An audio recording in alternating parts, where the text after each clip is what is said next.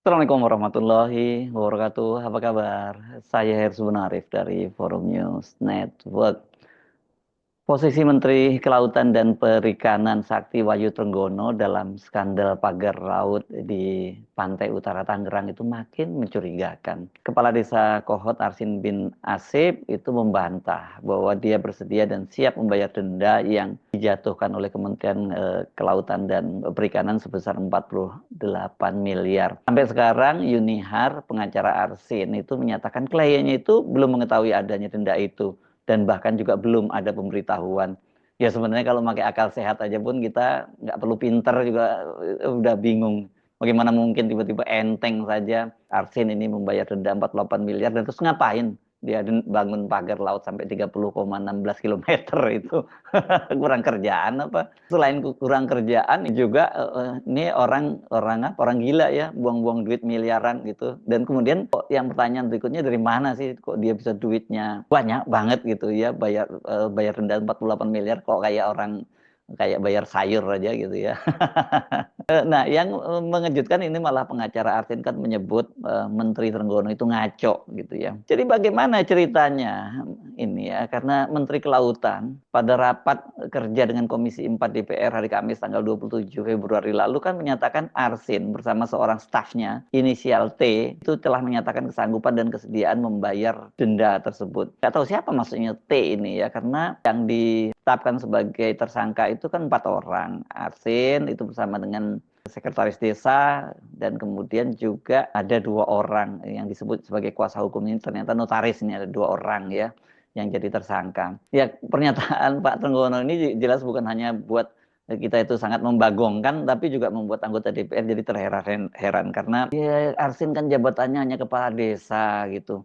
Saya tahu ada kepala desa yang kaya tapi yang enggak, tapi kalau kepala desa yang kaya atau sangat kaya raya juga enggak kayak Arsin gitu ya, kok iseng banget bangun pagar laut dan kemudian harus bayar sampai 48 miliar. Karena itu DPR kemudian menduga Menteri Kelautan ini menutup-nutupi dalang di balik pagar laut itu dengan cara menumbalkan Arsin. Makanya kemudian Koalisi Rakyat untuk Keadilan Perikanan Kiara mendesak Presiden Prabowo itu mencopot Menteri Kelautan, nggak becus dan gagal melindungi para nelayan. Perkembangan kasus pagar laut Tangerang ini sejak awal memang mencurigakan. Sebenarnya lebih tepatnya bukan perkembangan ya, penanganan kasus ini memang sejak mencurigakan. Yang membuat curiga memang Kementerian Kelautan dan juga kemudian aparat penegak hukum. Itu mulai dari KPK, Jaksa Agung, dan kepolisian yang lihat kasus itu kok anteng saja gitu ya. Netizen, para aktivis, media, dan bahkan anggota DPR mencurigai kasus ini memang sengaja ditutup-tutupi karena ada keterlibatan korporasi besar yang menjadi cukong politik dan kekuasaan. Makanya ya nggak ada yang berani nyentuh gitu. Memang berani nyentuh kalau selama ini dia cukongnya gitu. Ya Arsin aja lah cukup yang ditumbalkan begitu. Nanti kan juga asal dibereskan urusan Arsin kan juga dia tenang-tenang sajalah gitu ya. Ketika kasus ini mulai heboh, Menteri Kelautan dan Perikanan Trenggono itu kan menyebut bahwa pembangunan pagar itu dilakukan oleh para nelayan dengan cara swasembada. Dan alasan Trenggono itu katanya kan sudah ada yang mengaku ya, sekelompok anak muda yang tergabung dalam jaringan rakyat Pantura yang tadinya disebut oleh media bahwa mereka yang mengaku membangun pagar laut dan banyak juga orang yang terheran-heran. Tapi belakangan setelah itu heboh dia menyatakan mereka tidak pernah mengaku membangun pagar itu, tapi mereka katanya turun ke lapangan melakukan semacam investigasi kuesioner gitu, mereka menyebutkan bertanya kepada para nelayan, katanya mereka itu mengaku mereka membangun itu dengan cara swasembada. Tapi kan penjelasan ini itu langsung terbantahkan karena para nelayan di situ itu pada protes semua. Kenapa ya? Karena dengan pagar laut itu kan membuat mereka susah kehidupannya. Penghasilan mereka jadi menurun, kemudian kelompok-kelompok nelayan itu kesulitan untuk turun ke lapangan karena ke laut karena mereka harus mutar jauh, dan kemudian kalau malam hari mereka juga takut kalau perahunya rusak karena nabrak pagar itu. Jadi pokoknya dari berbagai penjelasan nelayan nggak mungkin kalau mereka sendiri yang membangun itu. Ini jelas anak-anak ini kan cuman orang bayaran saja yang disuruh ngaku untuk suruh ngaku-ngaku untuk menutupi ya para cukong-cukong besar yang ada di balik itu semua. Nggak usah jadi orang pinter deh, apalagi sampai jadi menteri gitu. Penjelasan itu nggak masuk akal, ya.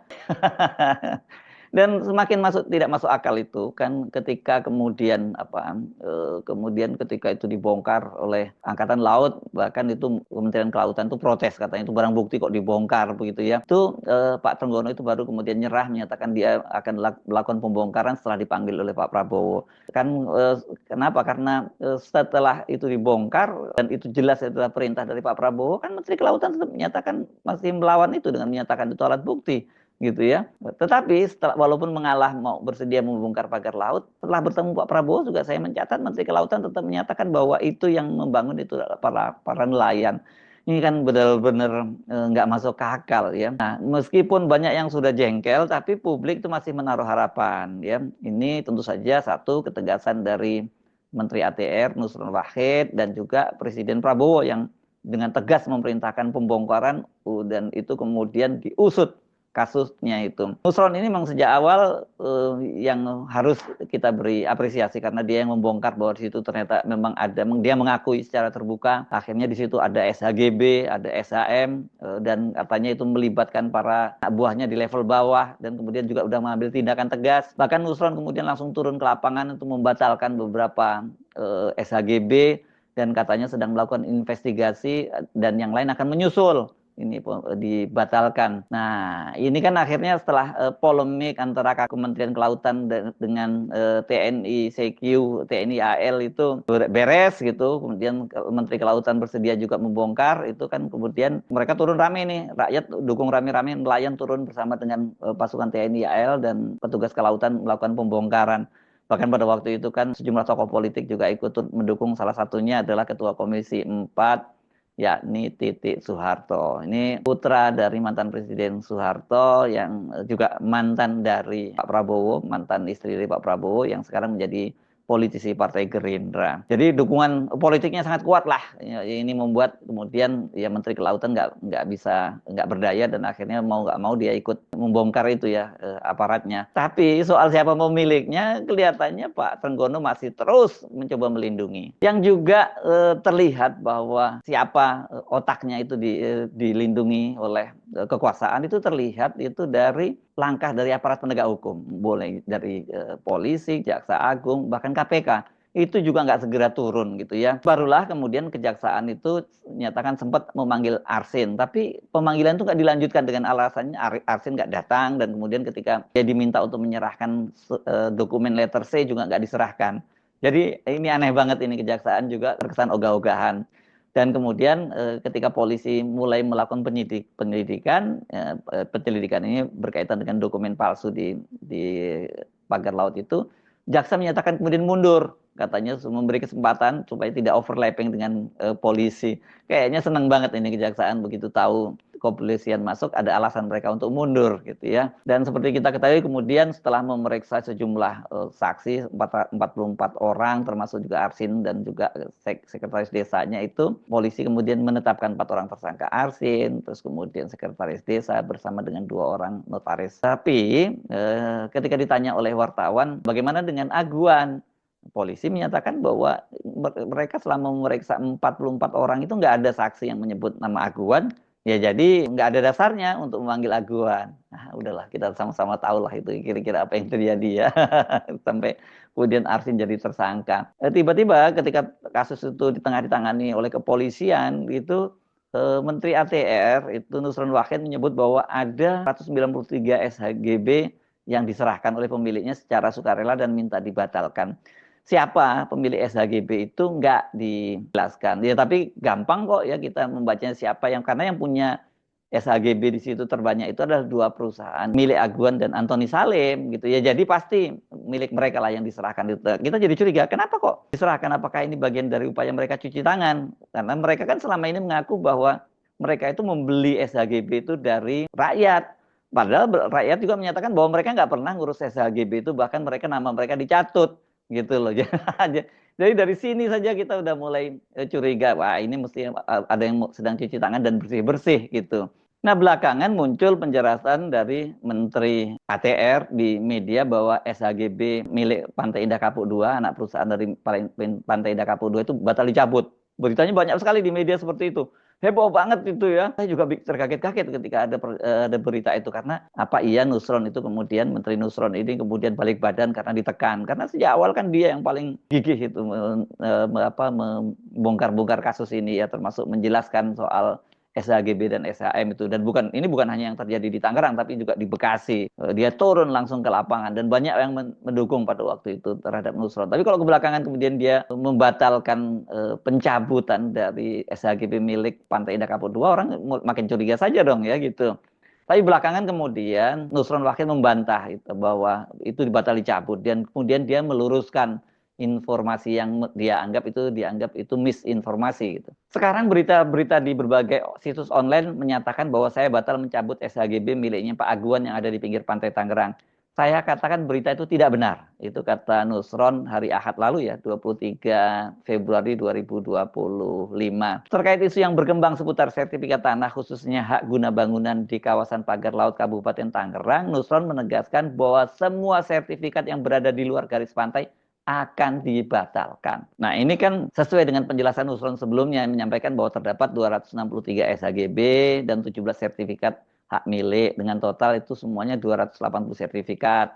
Dan kemudian dari 280 sertifikat itu terdapat 58 sertifikat yang ada di dalam garis pantai dan 222 sertifikat di luar garis pantai.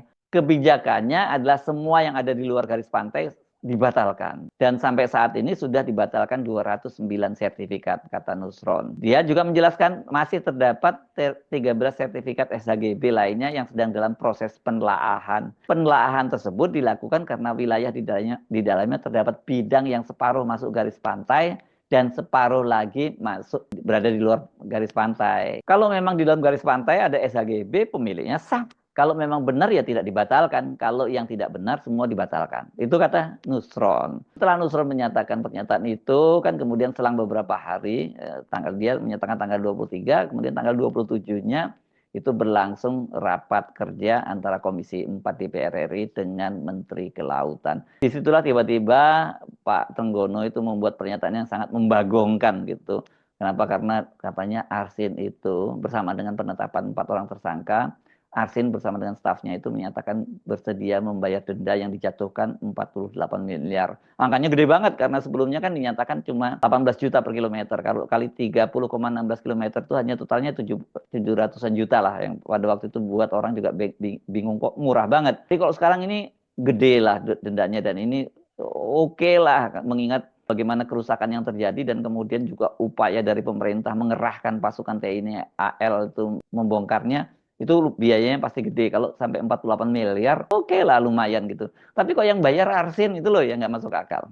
KKP telah menindaklanjuti pelanggaran pagar laut di Tangerang dengan melakukan penghentian kegiatan penyegelan dan melakukan pemanggilan saksi-saksi untuk diminta keterangan dan klarifikasi. Berdasarkan hasil pemeriksaan dan bukti-bukti yang ada, maka telah ditetapkan 2 orang sebagai penanggung jawab pembangunan pagar laut, yaitu Saudara A selaku kepala desa dan Saudara T selaku perangkat desa. Pelaku telah mengakui dan bertanggung jawab terhadap pemasangan pagar laut serta bersedia membayar denda administratif sesuai peraturan yang berlaku.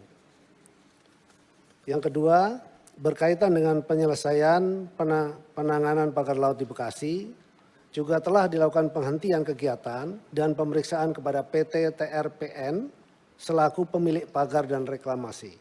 Selanjutnya PT TRPN telah melakukan pembongkaran mandiri pagar laut dan menyatakan bertanggung jawab dan bersedia membayar denda administratif sesuai peraturan yang berlaku. Ibu Ketua, para Wakil Ketua dan seluruh anggota, khusus untuk pagar laut di Tangerang, kami sekali lagi menyampaikan bahwa sudah ditetapkannya 2 pelaku setelah melalui sebuah proses yang begitu panjang. Jadi tidak sama dengan yang terjadi di Bekasi. kalau di Bekasi ada penanggung jawabnya sebuah PT, jadi lebih jelas dan lebih cepat. Sementara kalau yang di Tangerang memang tidak diketahui siapa. Pada akhirnya melalui kegiatan penyelidikan yang dilakukan oleh Kementerian Kelautan Perikanan, dalam hal ini adalah Direktur Jenderal PSDKP, maka ditemukanlah dua pelaku yang jelas dan telah terbukti secara nyata melakukan pemagaran, dan yang bersangkutan telah dilakukan juga penetapan sanksi administratif. Selebihnya di dalam proses penyidikan tersebut dan pemeriksaan, kami juga bekerja sama dengan Barreskrim Polri, dan anggota dari Barreskrim Polri juga ikut terlibat di dalam proses pemeriksaan tersebut. Lalu dari sisi Barreskrim adalah menyidik juga hal yang berkaitan dengan tindak pidananya, dan sementara dari sisi KKP adalah dari sisi sesuai dengan kewenangan KKP, yaitu pengenaan denda administratif. Itu yang dapat kami sampaikan, dan saat ini sudah dikenakan denda sebesar 48 miliar sesuai dengan luasan dan ukuran. Lalu kemudian juga ada pernyataan, tolong disampaikan juga slide berikutnya, foto-foto pemeriksaannya, dokumentasi proses pemeriksaan ini dilakukan. Lalu kemudian berikutnya adalah surat pernyataan, bisa ditampilkan surat pernyataan dari saudara A dan T untuk mengakui dan siap membayar denda. Penjelasan Menteri Kelautan ini jelas bikin bingung DPR. Kenapa kok kaya banget Arsin ini ya? Anggota dari Komisi 4 dari Nasdem, Rajif, mencatatkan keheranannya, juga dari fraksi Golkar, Firman Subagio juga sempat mempertanyakan. Dan kepada wartawan, selesai rapat itu Firman Subagio menyampaikan kecurigaannya karena lokasi pagar laut itu kan berdekatan, bahkan saat beririsan dengan proyek Pantai Indah Kapuk 2. Saya sebagai anggota Komisi 4 tidak puas dengan jawaban Menteri terkesan masih menutup-nutupi. Ada apa, kata Pak Firman ini setelah rapat kerja ya. Ini jelas bukan hanya Pak Firman yang bertanya-tanya. Menyikapi pernyataan dan sikap dari Menteri Kelautan yang membingungkan itu, Koalisi Rakyat untuk Keadilan Perikanan atau KIARA, bahwa ini kasus pagar laut ini menjadi skandal paling memalukan Menteri Kelautan dan Perikanan Trenggono. Dan Sekretaris Jenderal KIARA, Susan Herawati, menilai Trenggono tak becus dan gagal melindungi nelayan. Dia tidak punya keberpihakan kepada nasib nelayan di pesisir Laut Tangerang, dan kemudian mengakibatkan munculnya pagar laut ya. Jadi dia, kata Susan, ini dia bukan menteri yang kompeten. Ada lebih dari 2 juta nelayan di pesisir Indonesia yang saya yakin lebih layak menjadi menteri daripada seorang Sakti Wahyu Trenggono, kata Susan. Perbaikan internal Kementerian Kelautan dan Perikanan, kata dia, itu harus dilakukan dan itu harus dibenahi oleh Presiden Prabowo dengan cara ya yang pertama kali mencopot Menteri Kelautan Trenggono. Gimana menurut Anda? Apakah cukup hanya memecat Trenggono dan kemudian tidak muncul katakanlah menteri baru lagi yang itu juga bagian dari ternak para oligarki? Saya kok juga tetap meragukan karena memang hopeless dengan situasi bangsa saat ini. Ya nggak salah kalau mahasiswa kemudian membuat tagline Indonesia gelap itu dalam aksi-aksinya. Saya Hersu Munarif dari Forum News Network. Sampai jumpa lagi. Wassalamualaikum warahmatullahi wabarakatuh.